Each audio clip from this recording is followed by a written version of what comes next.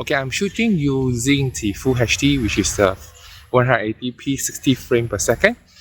And you can usually notice that when I shoot in video, I use 180p, either 30 frames per second or 60 frames per second. Well, the reason that I didn't shoot using the 4K, even though the phone is capable of doing so, is because when most of the time when upon using 4K, most of the features is turned off and there's no optical stabilization. So let's do an introduction on Samsung Note 10 Plus. The front camera is 10 megapixel. It's able to shoot up to 4K, no optical stabilization, and this is using none without the hand steady mode.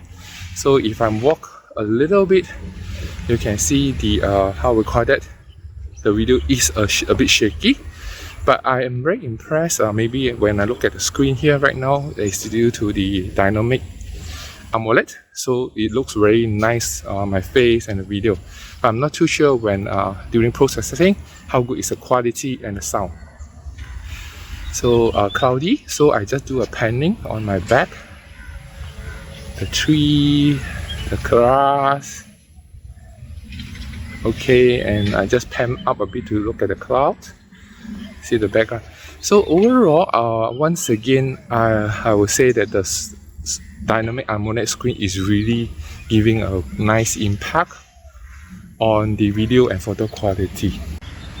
Hello everyone, now I am switching to the back camera using Samsung Note 10 Plus, and the camera setup is actually 10 megapixel on the main sensor, also 10 megapixel on the wide angle lens.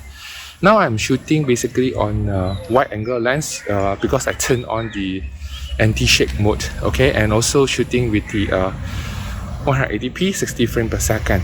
So, and I walk a little bit, you can see that it really literally crop a little bit using the electronic image stabilizations to make sure the video is as stable as you could when you walk. So this is how it looks like on the wide angle lens on the stabilization mode. Okay, basically it's stable and clear and sharp, but you know, not as sharp. Later I switch into main sensor, then you see the difference. Okay, let's switch to main sensor. Okay, I begin where I stopped. This is you shooting using main sensor without the stabilization. As you literally can see that it like kind of zoom in already because it didn't use the wide angle lens to shoot. And I just walk a little bit using my hand, and you can see the control on the lighting HDR effect is pretty good. Once again, this is morning and it's cloudy and just next to the main road, and you can see the car going by. The transitions on the video is very nice. It's not jerking compared to what I use on test on the Oppo and Vivo.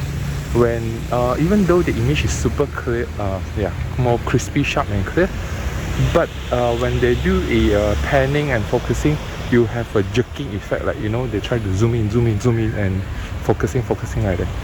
So Samsung did very well on this part to make sure the video transition is very smooth. So move a little bit. Now it's a bit darker here. You still can see the shadow, the dark area on the under the trees, which is nice. Okay, let's move on a little bit.